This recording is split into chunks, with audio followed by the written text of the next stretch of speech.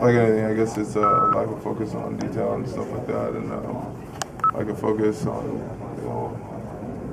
all the small details. Is that odd, given off you guys came off a week where you focused on the mental part of it and not making those mistakes, to still go out there and make those?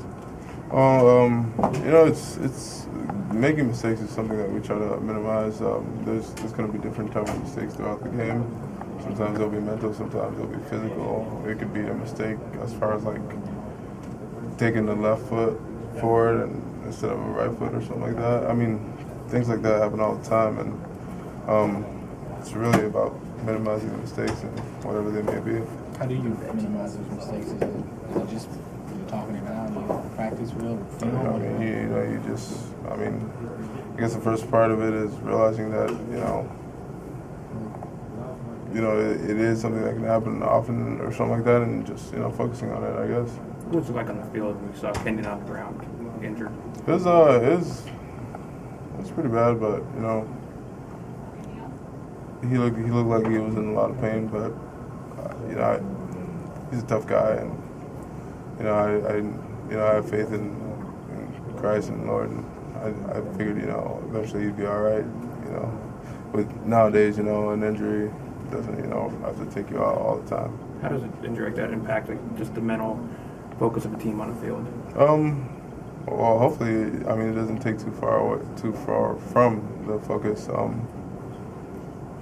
It might put a little fire in you, but as far as like the focus, I would hope that it would keep. Everybody would stay focused and stuff. How did you see when Bradley came in at center? I saw that Bradley. He came in. He did a pretty good job. His first time, really getting out there and playing a critical time. He did a pretty good job for his first time. Well, what kind of loss though is Ryan from a leadership standpoint? It's a pretty big loss, but he'll be back soon, and we just gotta move on with what we have for now, and Ryan will be back in no time, and we have faith and confidence in the guys that are around us right now until that time. Did it have an effect on the game timing-wise? We saw play clock running down a little bit when Bradley came in. Is that just the timing of a new guy being in there? Things are going to change. It's a different guy, but at the same time, hopefully, I don't know. I don't think it changed too much. They've been practicing to be pretty consistent, and I don't think it was too bad. And I thought it was pretty good. Like I said, I thought it was a pretty good time for his first shot. Jocelyn said you guys kind of scared to lose in a sense at the end of that game. Is that how it felt? It didn't feel like that for me right off the bat, but at parts of the game it felt like maybe that was kind of maybe the air about the thing, and really I was personally just focused on like winning and doing what I had to do at the moment.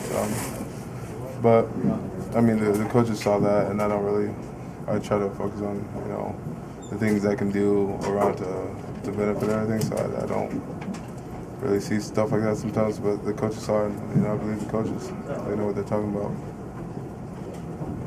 How good do y'all still feel about the 1-2 punch you got in the backfield? Even without Kenyan, you still got Eric and PJ. How good are those guys, and can they be this season? I still feel very confident in what we have in the backfield. The backs we have back there, they're physical specimens and everything that everybody else talks. But they're great guys. They run hard and they make us look good. What have you seen from Josh Casher just throughout this year and as a freshman, I guess? Josh Casher came out to college, and he's ready to work, ready to try to make something of himself, and he's worked very hard so far in the past, and I expect for that to keep going. And I appreciate it.